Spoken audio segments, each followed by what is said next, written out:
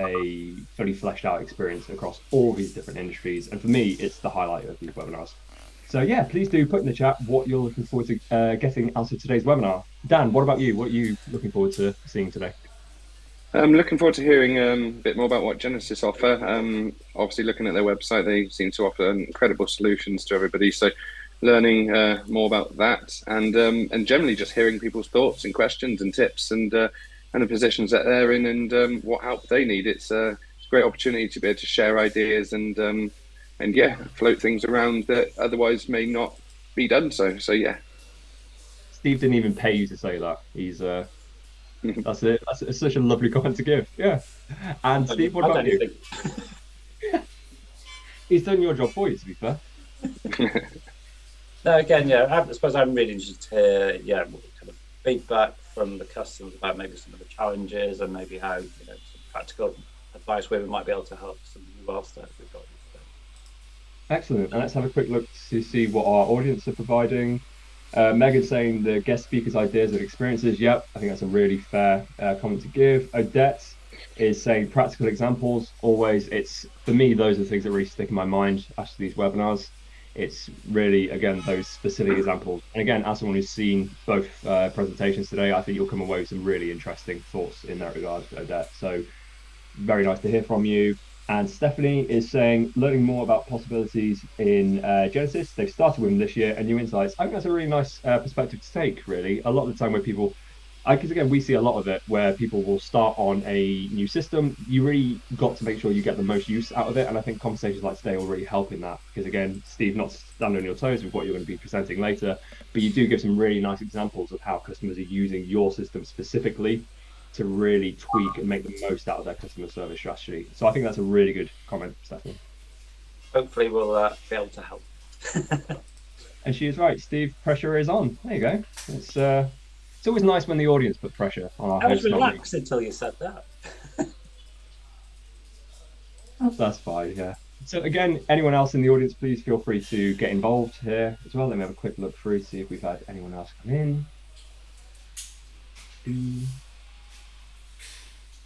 I've got Sophie in here saying best practices as well. I think best practices is one that often doesn't really get selected when we talk about stuff like this, when you have to pick your top thing here, but it is so useful. And again, ultimately with a topic like we're talking about today, with like your broader customer service strategy, best practice I find, at least when I'm trying to put that stuff together, really does give us the foundation for building a really unique and effective customer service strategy. So again, thank you, Sophie. That's a really good comment. Steve, Dan, anything else on your side? I think that's kind of covered everything. Just hearing or just want to hear what other people are experiencing around the world and I think so. Yeah, our audience can give a very global perspective on things sometimes, so that is a useful thing about going to the audience for stuff like this. Oh, here we are. We've had a couple more in here. Michelle's dialing in from Rochester, New York. Excited to learn about these quick hints and instant results and where AI can help versus hinder. Really interesting. Again, not to step on the toes of what's coming up in the presentations, but I think both of our panelists today will be able to help you with that. And there we are. We've hit the top of the hour, so I will crack on without further ado. Let's start over. Welcome and hello to today's Call Center Helper webinar. I'm your host, Xander Freeman, and today we're going to be talking all things customer service strategy.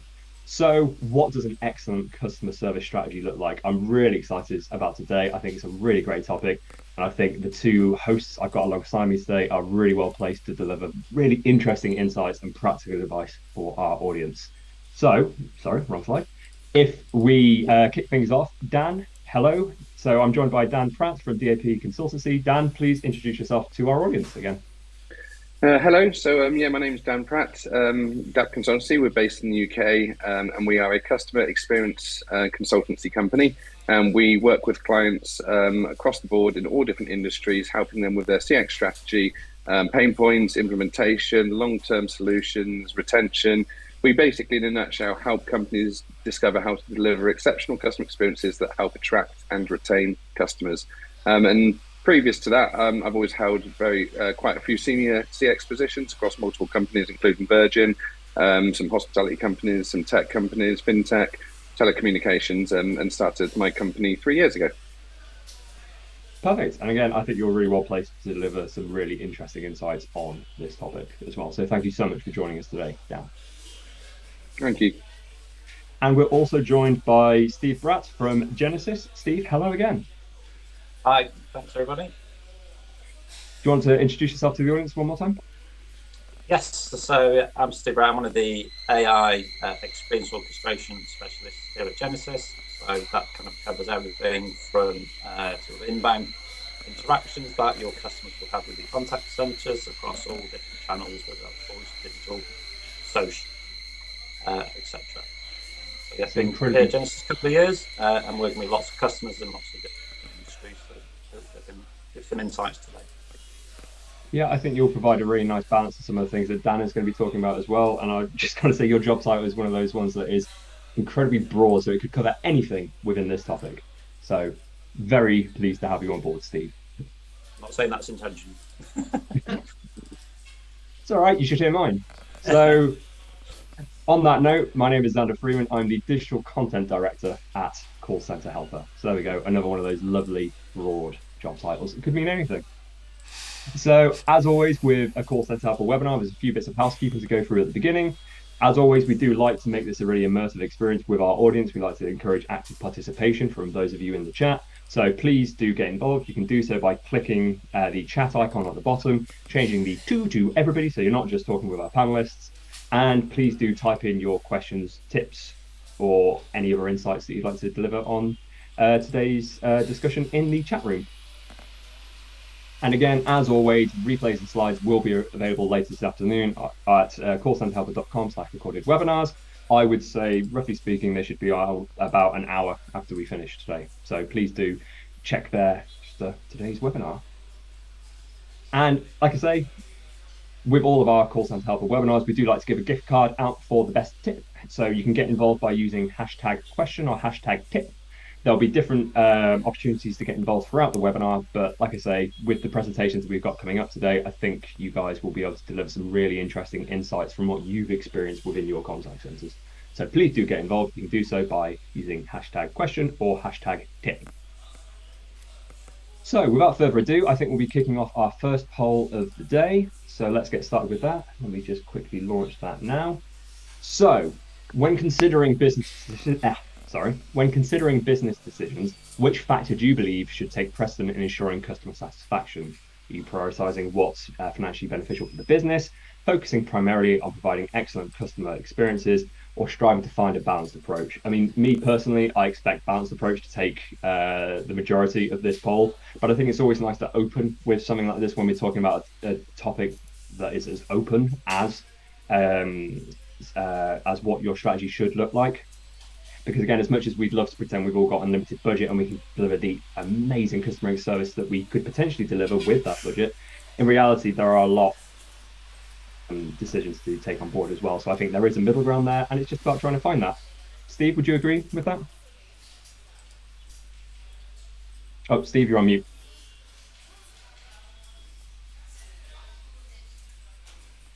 It's all right. We get one of these, and it's nice to get out of the way early.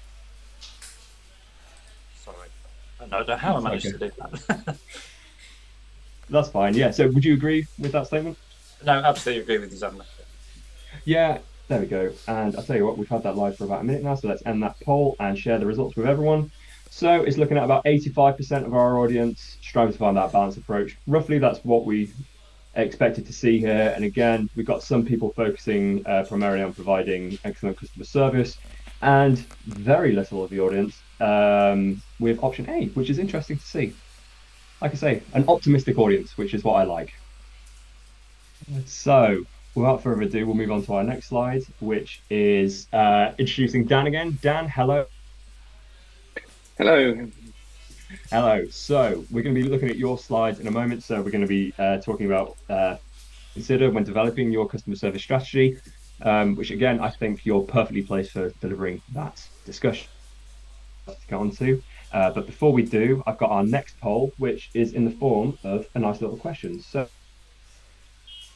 So how much does poor customer service cost UK businesses each month? 1 billion or north of 10 billion? Dan, I know you and I can't say too much on this at this point, seeing as we both know the answer.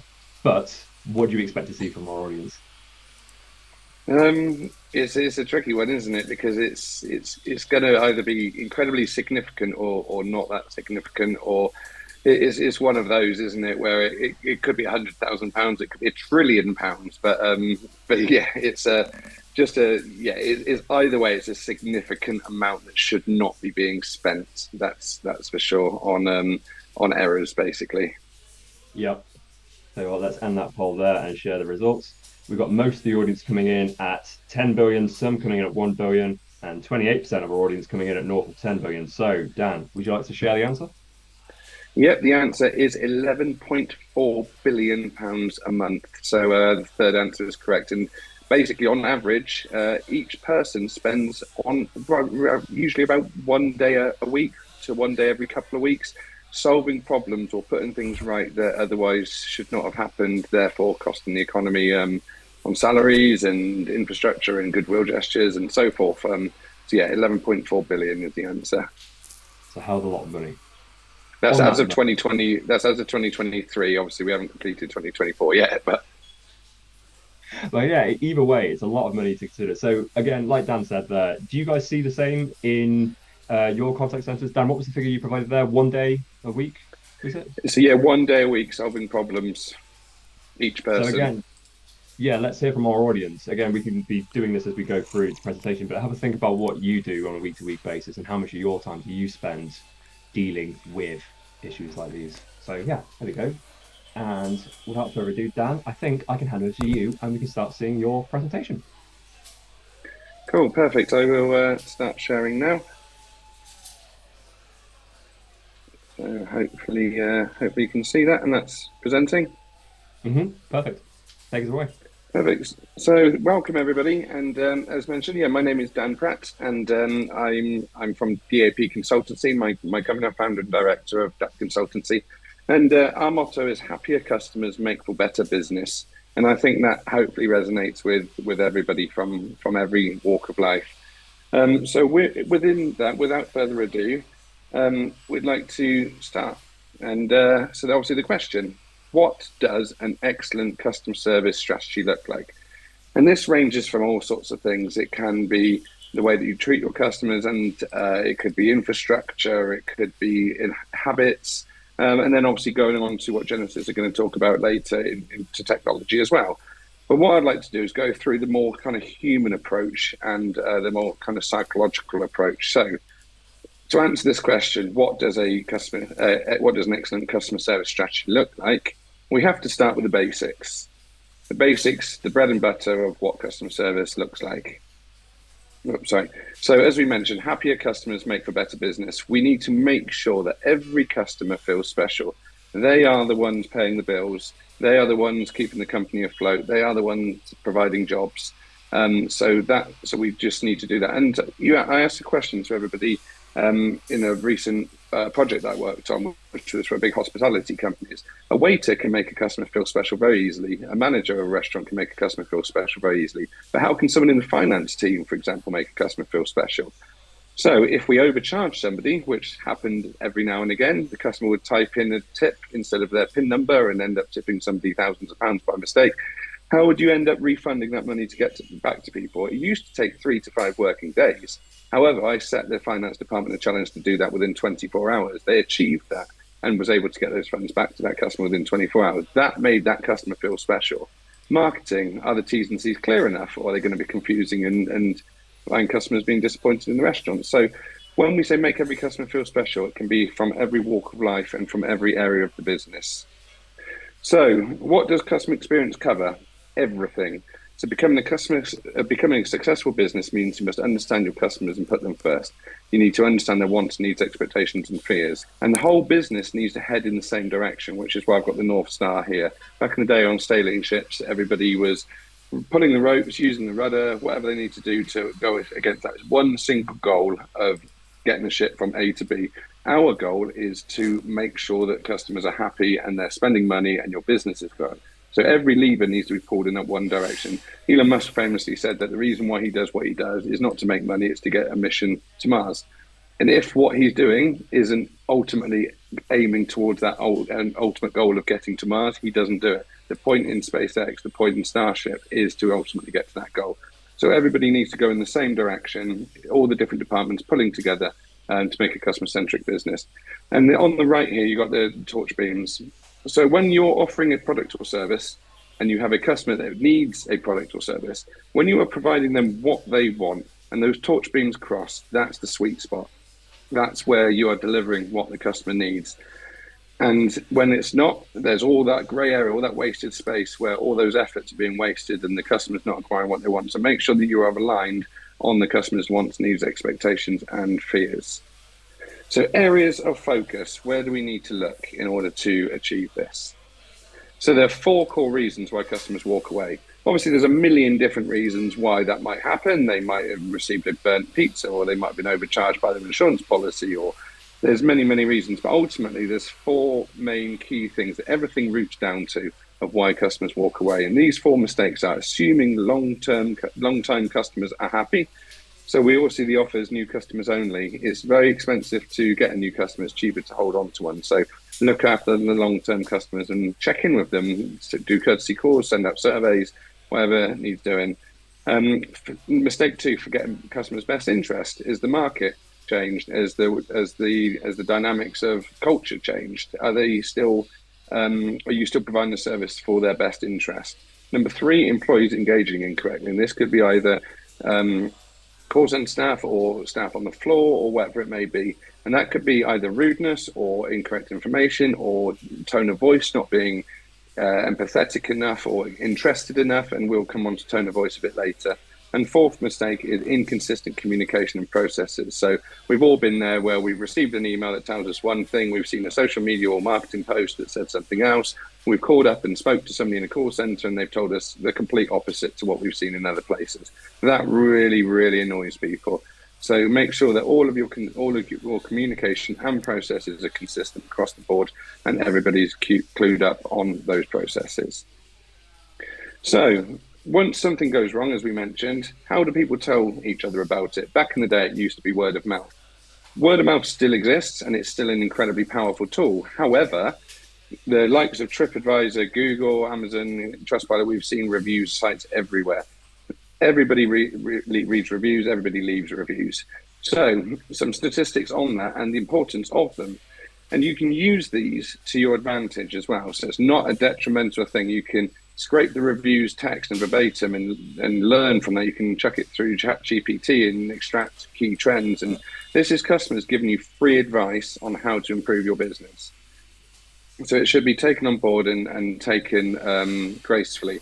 Same as complaints. It's a great way to learn. So 90% of consumers read online reviews before visiting a business. 88% of consumers trust online reviews as much as personal recommendations. Customers are likely to spend 31% more on a business with an excellent review status. 72% say that positive reviews make them trust a local business more.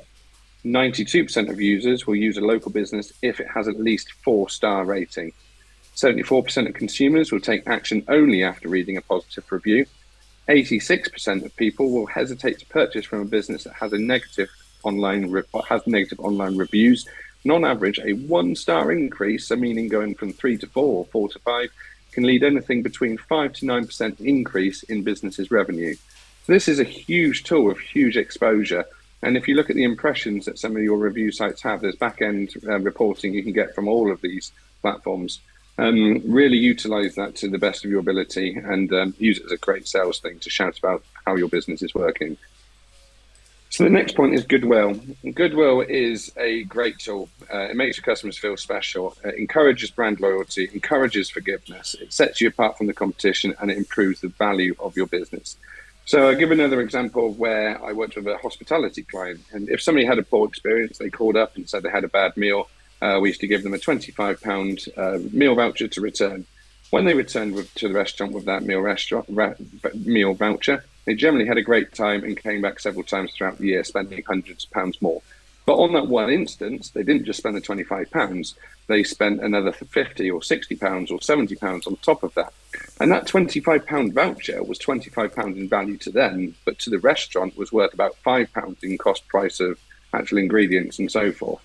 And when we did some analysis on these goodwill gesture vouchers compared to the marketing vouchers, such as 30% off or buy one, get one free on pizzas, these vouchers had a better ROI and a better productivity than the marketing campaigns themselves. So ultimately, we were marketing to complainant customers, giving them a goodwill gesture that killed two birds with one stone, was A, getting them back, showing loyalty, and C, a good marketing way to generate revenue. So really utilize and show goodwill. I, as a customer myself, if I have a poor experience, I don't expect to be overcompensated, but I expect to be compensated for the experiences that I've had and where I've lost out. And if a company doesn't so much as give something a small token, then it really shows something that if they're not willing to do that, then they've got no will to budge in other areas of the business. And therefore, I like to be a customer of a flexible business that could adhere to my needs, and it really shouts. So utilize that. And the power of trust and loyalty created by tone of voice, as we mentioned earlier. Tone of voice is an incredible tool. It tells customers who you are. It's what makes you different. It helps build trust, and it can be used to influence and persuade. Albert Merivene, I can never say his name, apologies for that, who came up with the rule determining successful communication. It's made up of three things. So the words you use, the tone of your voice, and your body language. Most of us in business can't use body language because we're either in a call center or it's a SaaS business or whatever it may be. So you really have to put emphasis on the words you use and your tone of voice. So some companies, such as Nike, would use a very different tone of voice to Coutts Bank, for example.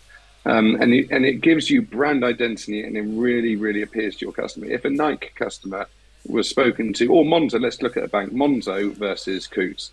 They talk to their clients and talk to their customers in very different ways to attract those clients. So once you identify who your client is, have that tone of voice and be consistent with it. As mentioned, it covers those four things, and so it tells customers who you are. It's what makes you different to your competitors. So it helps you stand out. It helps you build trust, and it can be used to influence and persuade. So as we mentioned, Monzo earlier, banks and car companies and whatever restaurants you can think of, people spend money with these brands not because of the brand itself and the product that they get. It's because they want to be in the safe knowledge that if anything goes wrong, they will be looked after. When was the last time somebody bought a mobile phone off of somebody on the street that said, I'll sell you this phone for 20 quid?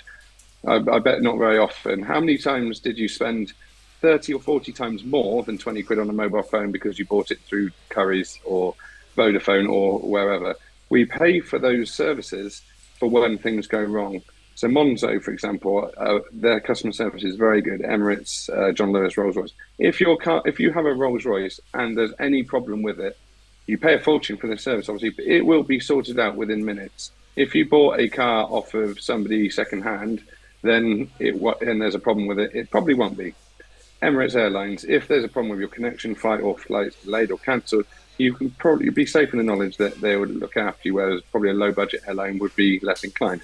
And Amex, I've got a personal example of this. I lost my Amex card when I was in New York once, called Amex, and within 24 hours, they had a brand new card waiting for me at a bank near my hotel for me to collect and carry on spending with. If I had a cheaper credit card, then probably wouldn't have expected that level of service. So when you do a lot of things, which you do, you work so hard in making sure that your business is successful and you provide excellent customer service. You work so hard on resolving these complaints and making sure that these customers are well looked after. Shout about it. Tell people. That will give them faith in coming to you. And also, if something goes wrong and then it's put right, the NPS score is generally higher than if things had just gone normally. So use case studies, use these examples. Show this trusted brand insurance for when things go wrong. And then a couple of last points that we're going to go on to is why good isn't good enough anymore. So people nowadays don't just want average. You don't just want an average pizza. You want a nice pizza with great service. You don't just want to be getting on a flight from A to B. You want to have that lovely airport lounge experience. You want those polite air crew. You want a nice meal that tastes nice. So at the moment, expectations are higher and higher and higher, and it's becoming more and more competitive. And if you don't up your game, then your competitors will. So it's important to make sure that you are that one step ahead. And the reason why good isn't good enough anymore can be looked at upon these four main key areas. Number one, service isn't fast enough, and that can be through anything from a retail service to e-com to receiving the device or to calling up and being put on hold through an IVR system for 20 minutes when you want to speak to a human. Service isn't personalized enough. I had exactly this earlier. I had to call my internet provider, who hosts my website, and I got cut off 3 times, and I had to say the same thing 3 times to 3 different agents in order to get what I needed done, because none of them remembered me, even though I entered my customer number during the IVR process. Yet they seemed to not have had a clue what I was referring to. So again, personalized is something that key, and again, that Genesis will be able to talk more about later. Service isn't connected enough, so the dots are not joined. Different systems are not talking to each other. They're not intuitive. They're not connected to the store or whatever it may be. And service is just reactive. It's not proactive. We need to identify where potential failings could happen, and once those and react to them. Make sure they don't happen. Prevention is better than cure, is what I've always been told since I was in year 7 by my tutor. And that saying has always stuck with me. Prevention is better than cure. So make sure your service is proactive rather than reactive.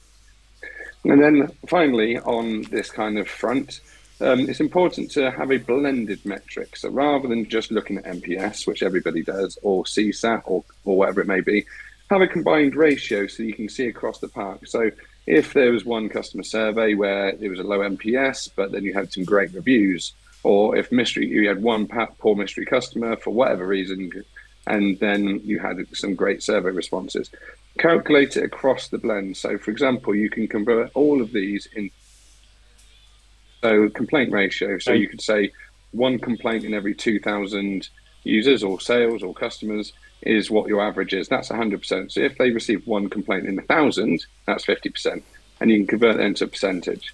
Review sites, again, 5 stars is 100%, 4 stars is 80%. You can convert that into percentage, and blend all of these metrics. Again, NPS 100% is 9.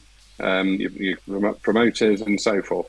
Blend them all together, and you can kind of see a good across the park where you are, and you can incorporate some other KPIs such as wastage or holidays or sickness or whatever it may be into this as well. And once you have that blended metric, you can then really utilize the areas that need to be looked at, and it gives you a much more broader scale. So before we move on to the final part, some top tips to take away. Yay. So once we get past this point, there will be a couple of QR codes. So get your phones out and your cameras ready. You can scan a couple of QR codes in a minute, which will give you some after reads and some tips and that to take away afterwards. But I will come on to that in just a second. So throughout all of this presentation, obviously we've covered many different things, and I've managed to put all of these things into 11 key points for you to take away. Sorry, it was 10 points. So remember, happier customers make for better business. Ensure your whole business is customer centric. Understand your customers' wants, needs, expectations, and fears. Use review sites to your advantage.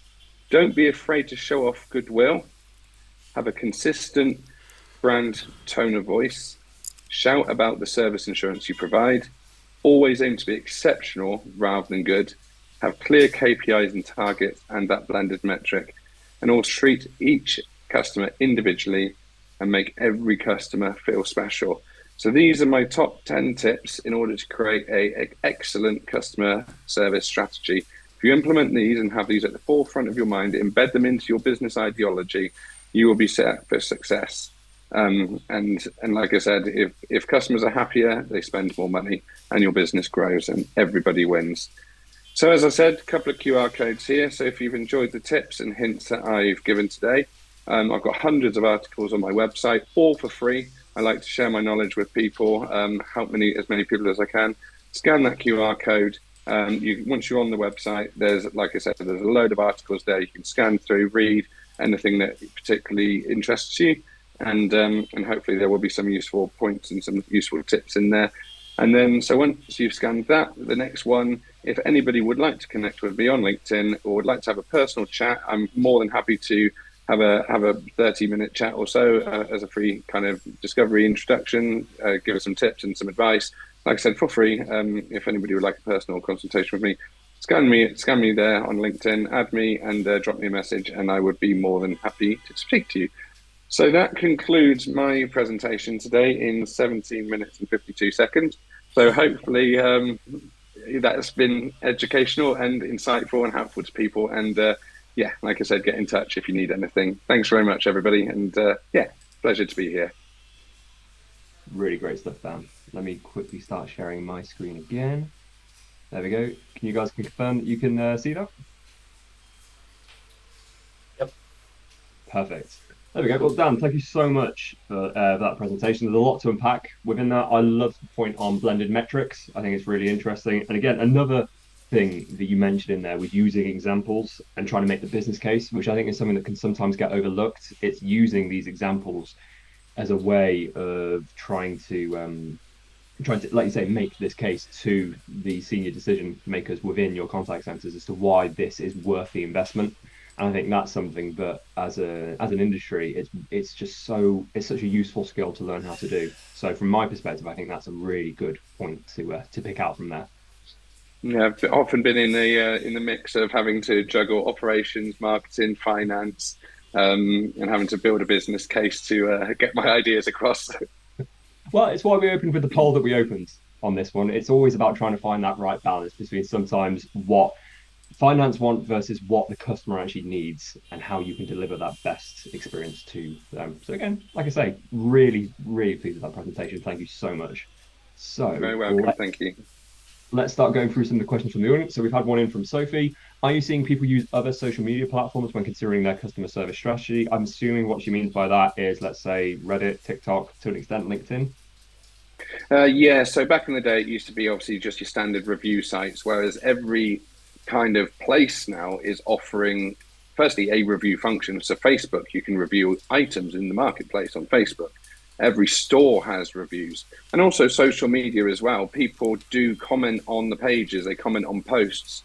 So again, these are just as important to keep an eye on, and as well as having a social media strategy, it's important to make sure that is not just embedded into the marketing, but very, very much embedded into the customer experience, and making sure that is a communication channel that you have open, that's learned from, and again, resolved. And I do have an article actually on my website about how to resolve and how to handle social media complaints. So it is becoming more and more of a trend, but something to keep an eye on, definitely, for sure. And take it as seriously as you would Trustpilot or TripAdvisor.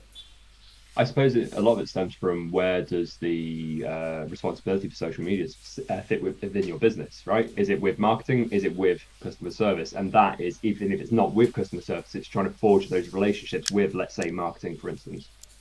That's exactly it. And I won't mention the name of them, but one of the largest pizza companies in the UK. And it used to sit, when I was doing some work with them, it used to sit with the marketing team. And obviously the images, the campaigns then continued with them, but any customer responses then moved to the customer experience team. So that was a review or comment coming in was handled in the same way a ticket came in, and was processed through the regular channels and taken just as seriously as a formal letter of complaint, for example, by experts that are there to empathize, sympathize, find quick fixes whereby a marketing team, obviously that's not their job. So it needs to have that balance. If it's in the same way, you wouldn't ask a customer service advisor to create an image for your social media campaign. People are unique to their specialities and their skills. So utilize those skills in the right places, and don't be afraid to let your CX team handle those complaints, because they are the experts. Really good advice. Here we are. We've got one in from Andu Alam. What is your take on the impact of AI on the future of customer service? I tell you what, I'll preempt that. Having seen the presentations, I'm pretty confident Steve is going to cover that at length in his. So, and give us 5 minutes, and I think you'll get the answer to that question pretty succinctly. If I've not answered that, please bring it back up at the end. Yeah, we'll make sure that is covered in the latter half of this webinar. So Sabrina has written us an essay. Here we go. Let's hope I can get through this in one go. When it comes to inconsistent communication and processes, ensure you have collaboration with other departments within the company. Oh, perfect. That's exactly what we were talking about before. When it comes to customer service, we tend to be given the information at the end part of the journey, but if we can take part in the conversations from the beginning, we can ensure our teams are ready for the calls slash emails to ensure we are aligned for good customer service. Collaborations make a big difference. I think that's a really good tip, Sabrina. Again, Really, really good tips. Spot on there. yeah, similar to what we were talking about before with the question in from Sophie. Interesting, Steve, have you had any experience in that from what you've seen with your customers at the moment? Yeah, there's, we quite often see whether you take insurance as an example, if we're somebody's calling in or interacting to make a claim against something that's happened to them, then quite often they'll deal with the contact centre, and then and they'll deal with the call, and they might give them a case, and then you might be passed off to a claims handler in the background, and then there'll be a number of kind of processes that trigger somebody making that claim. And then sometimes we've seen it internally in those insurance companies where it takes forever to actually find out why the customer called. There may be some details missing. And then you keep having to go backwards and forwards to the customer to find out more information, which frustrates the customer. If you think about giving great customer experience, they feel like I've already done this once. And so we're seeing more and more companies now kind of looking to stitch together frontline contact centres and back office, but also the processes as well. So they're all seamlessly joined up, whether that's with ticketing system, case management systems, workflows. So everybody everywhere can see the same kind of customer interactions, and everybody knows what they need to do to give that fantastic experience. Yeah, I think it's a really good bit of advice to give there as well. And again, a really good tip in from Sabrina on the topic of broken processes. We've actually got an article coming out in the coming weeks on that, which I think, again, aligns really nicely with what you've just said there. So keep on board with Call Centre Alpha and you will see more coming in on that topic. Really quickly there, as we're blitzing through the time today, tip in from Simon. Within my team, we're looking to use AI to work alongside agents. This is to increase satisfaction for agents and customers, as well as a tool for increasing diversity, e.g., summarizing emails so they can be responded to quicker, or with neurodiverse communities. It's a win-win so far. Thank you, Simon. Really, really good tip there. Again, Steve, without stepping on your toes too much, I know you're covering over elements of this in your presentation.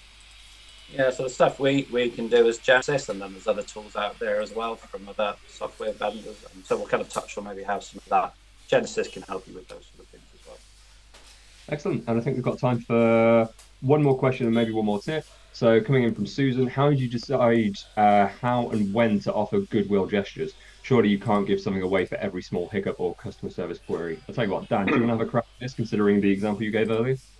Yeah, exactly. Yeah. So again, it's got to be within reason. So sometimes just an acknowledgement and a formal apology can help. So if somebody says, like, sometimes, yeah, if it's not that serious, I'm really sorry for that.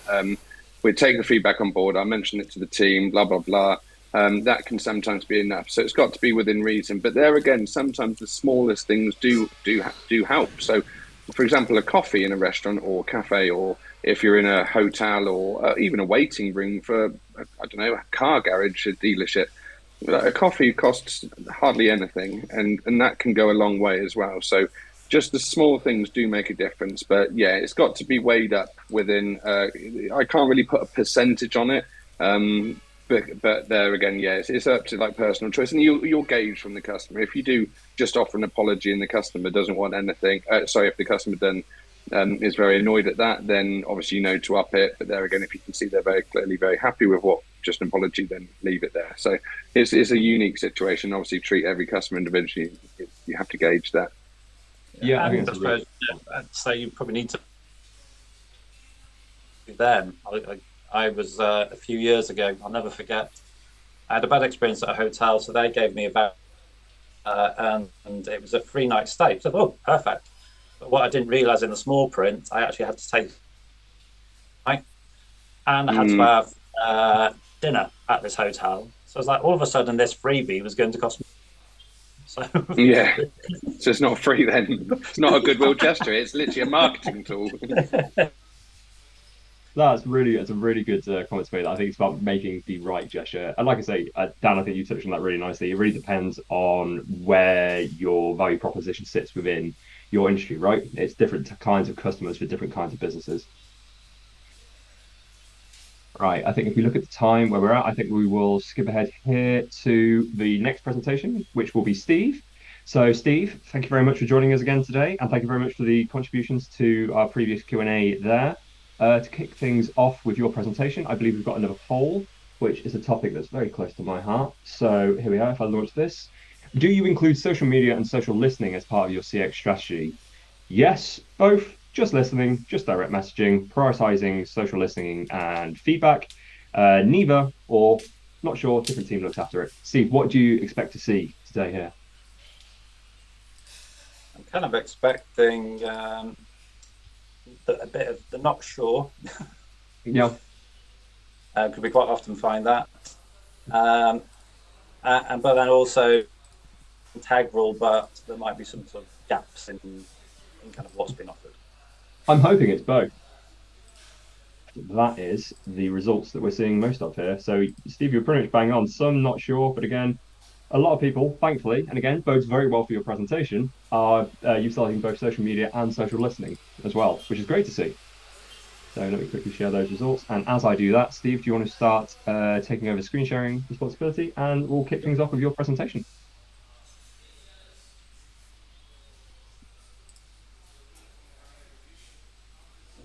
Hopefully it's oops, this one does this. It's all right. There we go. Please take it away. Hopefully you can see my screen.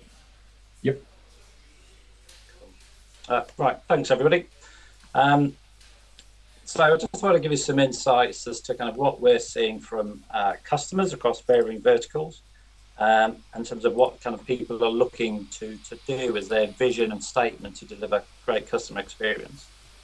So I was with a financial services company last week, and one of the things that we like to do at Genesis is not kind of worry too much about the tech, but understand in terms of, what is it you're trying to achieve, and then we'll work out in the background what it is that you need to deliver that fantastic experience. What came out from this particular exercise we did with a customer last week, it's almost as if they've kind of been reading what we do, and all the things that we've been chatting around today is that they're finding, a bit like we've talked about earlier, people want a consistent experience across all the different channels. You think you're in any regulated environment, or you're providing advice and services for buying goods and services, whether you're in travel, clothing, you want to know you're getting the same answer. Otherwise, you'll end up going, I need to speak to a human being. If you're forcing people to call you, you could argue you're almost kind of stopping giving excellent customer service because you're forcing them to get through to somebody. Because what we're finding is most people want to self-serve and find out information before they interact with you. What we are finding is, customers are becoming more and more demanding through whatever rate. And therefore the job for your agents is sometimes becoming a lot harder because they almost need to learn lots of systems and processes to deliver, but also understand an awful lot about what your organization sells or services to us as consumers and customers. And so that starts to become frustrating for the agents, and things like attrition becomes quite high, training becomes quite complicated. And then you're kind of moving away from focusing on delivering customer experience to almost learning how your systems and processes work to give a customer an answer. Then what we're also seeing is that everyone's focused on giving first contact resolution. And, that's not anything new, and we've been hearing this for 20 or 30 years in sort of contact centers. But what is new is you need to be able to offer customers the ability to interact on the channel of their choice at whatever time of day they decide to do. And it may not be a continuous stream like a telephone call would be. It might be an instant message and they go away and do something. They go to grab a cup of tea. They go and attend a company webinar like we're doing today, whilst they're engaging with their personal life and interacting with suppliers that they deal with. So you need to give your customers the ability to choose the different channels that are suitable to them. And then we're also finding, because we're all doing that as customers, is that it's then hard to get the data. And Dan talked about, getting a blended scorecard on Net Promoter Score and CSAT.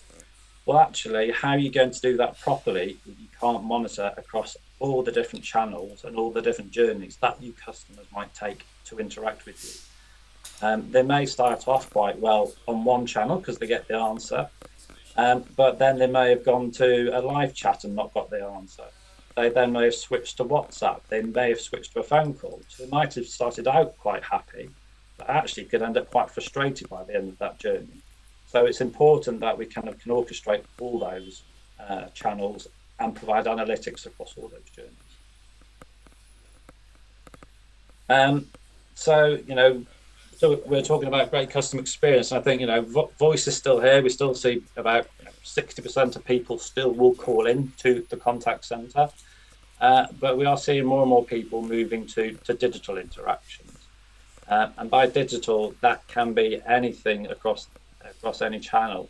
In certain markets, some of our customers in Italy, we look after a global manufacturer, 80% of their interactions are over WhatsApp into their contact center. We have that the same in some of our South American companies where WhatsApp is a massive tool. In Asia, we have things like line messaging. Again, massive interactions via line and not necessarily voice. And we're seeing more and more social channels for the younger customers. So whether it's Reddit of this world, which is argues a kind of a review social channel. We've seen a lot of customers get referred into your organization through YouTube or Instagram.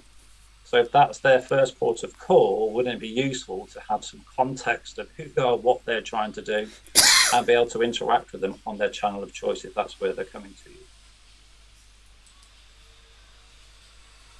With those customers across those different channels. Historically, social, I think Dan talked about it earlier, social sat in the marketing team. They might have been a different SLA, whether that was a good SLA or a bad SLA. We've seen lots of people use social as the way to go and make complaints if you haven't got what you wanted for all the different channels, and you may have got a quicker response because marketing don't want to have a bad brand. So why not start listening to those interactions with social listening tools and be able to interact those and give the same experience into your contact center across all those different channels? Customers are expecting to know, who they are, what they're trying to do. Are you an existing customer? Are you a new customer? What it is you're trying to do, whether you're trying to buy something, update a system of record because you've moved house.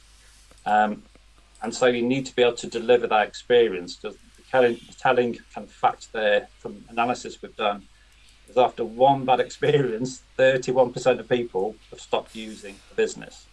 And before I read this report, I'm probably one of those 31% across a number of businesses, just because we've got so much choice now as to where we can go and consume services. So if I get a bad experience, why would I continue? It's easy to go elsewhere. It's not as that bad, or you could argue it is, that people we're seeing giving you 3 chances to give a better experience, and then you're going. So 80% of people give 3 chances and then we'll move away. So providing that contextual service is really, really important. So that's all great. How can we help you within Genesis? So within Genesis, we have, and I think I've seen on some of the chat, a few of you use Genesis already, but for those of you that don't know Genesis, we are a single orchestration engine for all your customers' interactions, whether that's digital, whether it's phone, whether it's email, whether it's video, whether it's over an app that you use. We can provide the same experience because we'll route all customer interactions through into Genesis and understand all that sentiment, all that analysis of who you are, where you've been, what knowledge articles that you've been trying to look at to self-serve before you've actually gone through to speaking to a live chat or to a chatbot. And therefore, based on your journey, we can then go, okay, we know a bit about this particular customer. They're looking to make a purchase. In this example here, we know it's roughly £1,200 from the shopping cart. Based on who they are, and it may be actually based on the sentiment and their attitudinal data from social, whether that's on LinkedIn or on a TripAdvisor or any of the Google reviews, to to actually go, we know a bit about David. We're going to route him through to a VIP sales agent in this case, because we want to give David that great experience, because we can maybe see he's not been getting the assistance and support he needs. And we can link that into lots of systems of record and lots of your data systems. I think to somebody's question earlier, around, wouldn't it be useful to have all that context across all our different systems of record? We can push all that data into multiple systems for you. And how are we doing that for you? So we've got a number of customers for Virgin Atlantic. They're one of our case studies, are on the website for those of you that, there's a nice video on there. But they've been using a lot of Genesis AI technologies and some really interesting stats.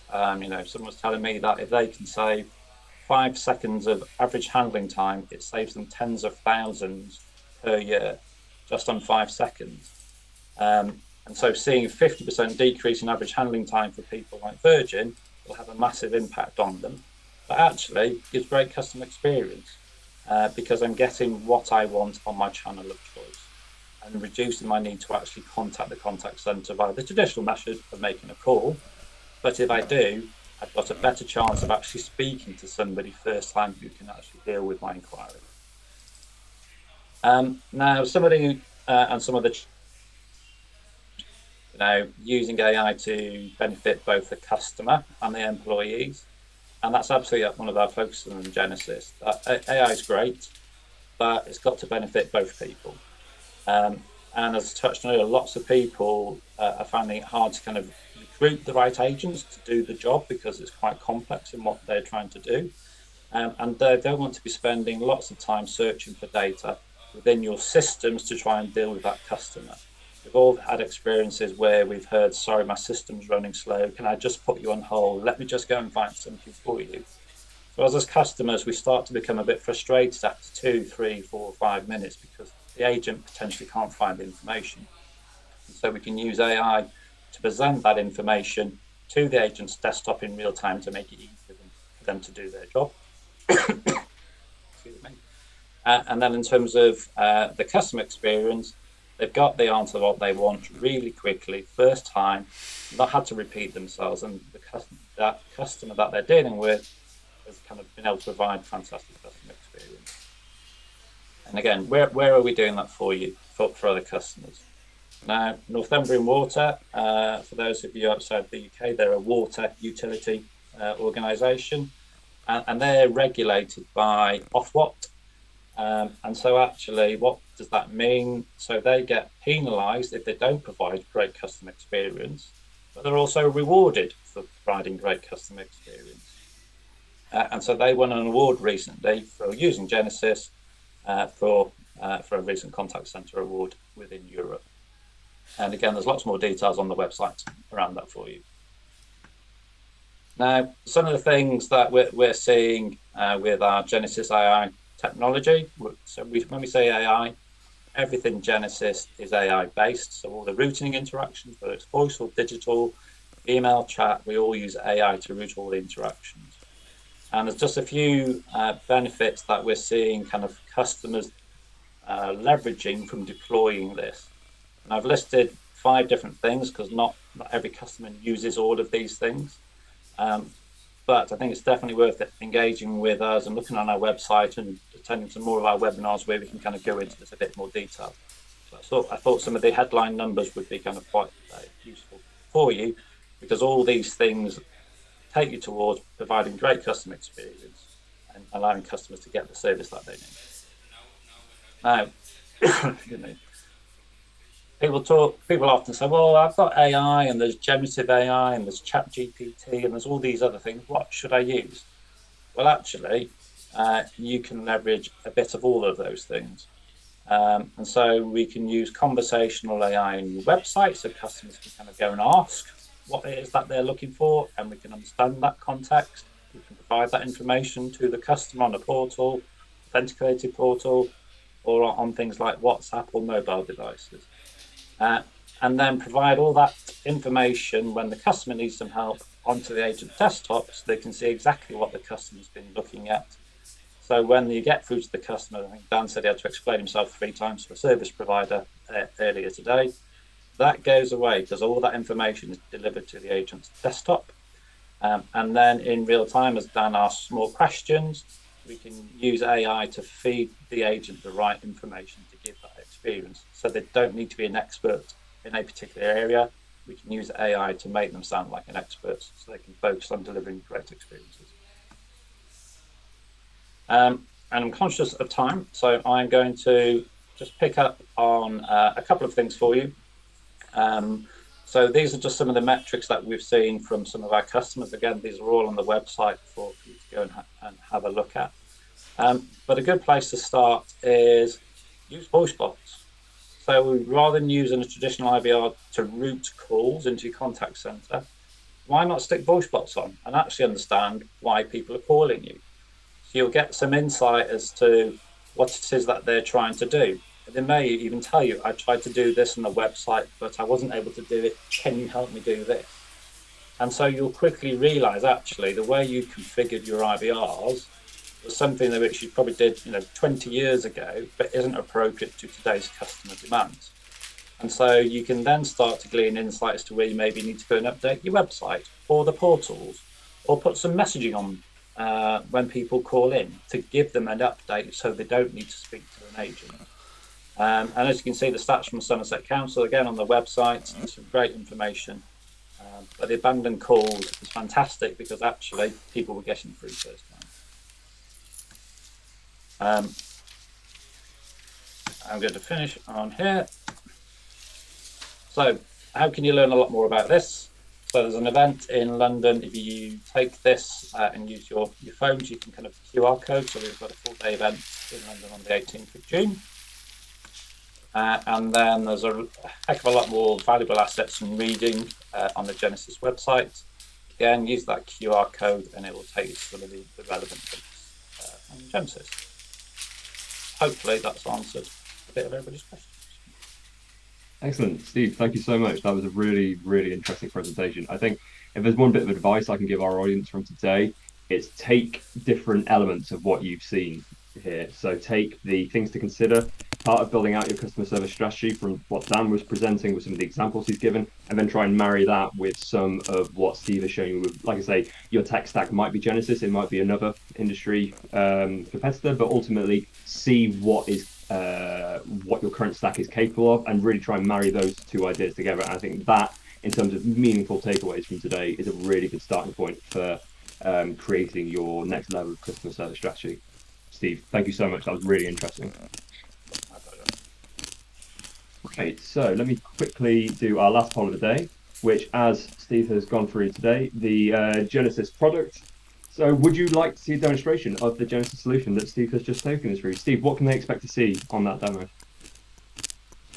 So we'll typically, there's a number of on-demand ones, which I'd always recommend people go and have a quick look at. There's an awful lot that we've touched on and we could spend hours and hours and hours on those demonstrations. So I'd always go and have a quick look at the websites first.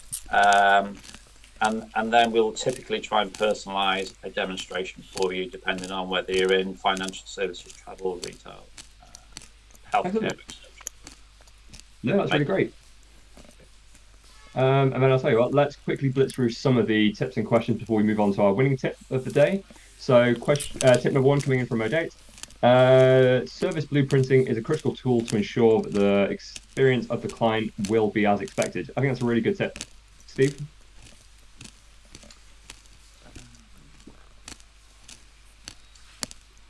Well, you mean, maybe can you explain to me what you're meaning by blueprint? Yeah, Odette, if you could pop something in the chat, we'll try and circle back to this one.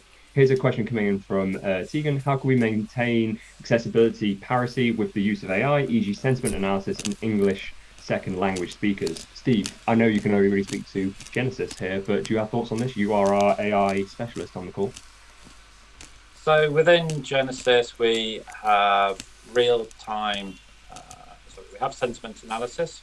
We'd also provide real-time transcription of a telephone call using our agent assist technology.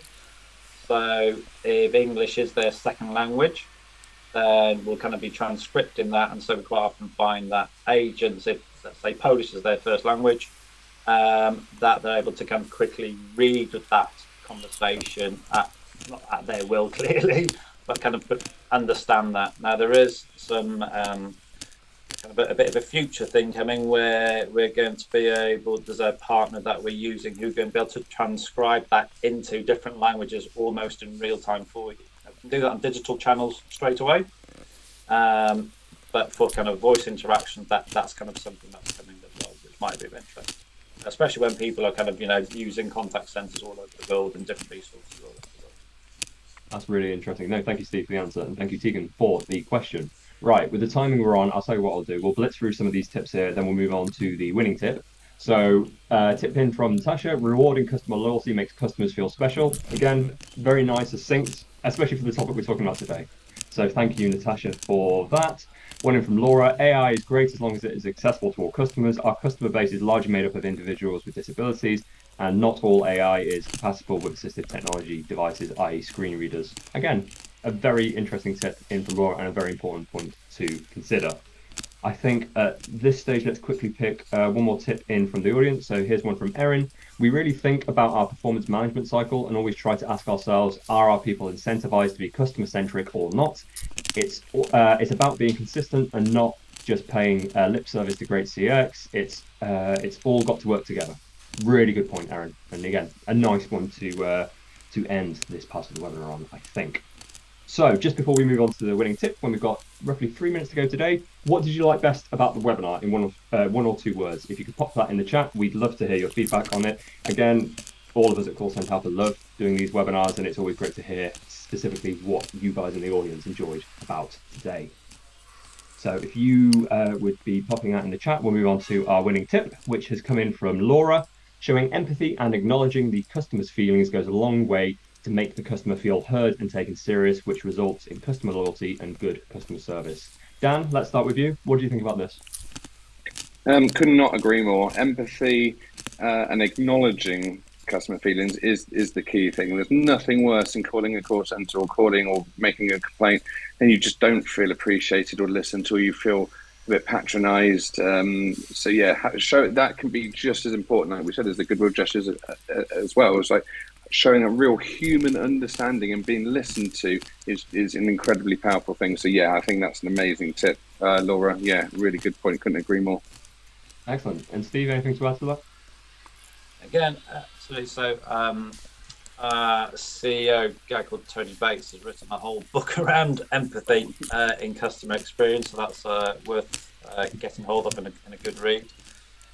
Where we're able to kind of aid the agent dealing with that is, and I think someone mentioned about Copilot. So one of the things within Genesis, we kind of be using Copilot to kind of starting to understand the sentiment of those customers a bit more and offer things like next best action or suggested things that you might want to engage based on that interaction in real time. So again, depending on whether they've been doing the job for 6 weeks or 6 years, you can start to kind of get empathy across all your agents to all your customers. And again, I've just seen a link to that book be put in our chat room. Thank you, Emily. So anyone who is interested in that book from Tony, it is available in the chat room now. So just final things before we finish with the minute we've got left. We'll be sending out a small survey after this webinar. Please do complete it. It's only 3 questions long and it helps us tweak the way we do these things going forward. So please do that. Again, replay and slides will be available later this afternoon. So please keep your eyes on callcenterhelper.com for that. We've got 2 webinars coming up just before the end of our spring and summer series. They are How to Excel at Managing and Exceeding Customer Expectations on the 23rd of May and Beating Attrition, Quick Wins for Empowering Your Agents on the 20th of June. Please also do follow us on social media, specifically LinkedIn. We put a lot of effort into both our showcase page and community. Again, some really good practical advice on there and staying up to date, not only with the latest news from Call Center Helper, but all of our industry partners as well, like Genesis and consultants like Dan as well. So without further ado, we're at the top of the hour again, 3 o'clock in the UK. Dan, thank you so much for joining us today. Really, really enjoyed what you've been talking about. Thank you. It's a pleasure to be here. Really appreciate it. Thoroughly enjoyed myself. Absolutely. And Steve, thank you again. Really, really enjoyed your presentation. No, my pleasure. Thanks for inviting me. Thank you. So from all of us at the call center helper, I've been Xander Freeman. Thank you so much for joining us today, and we'll see you on our next webinar in 2 weeks' time. Thank you very much. Thanks all.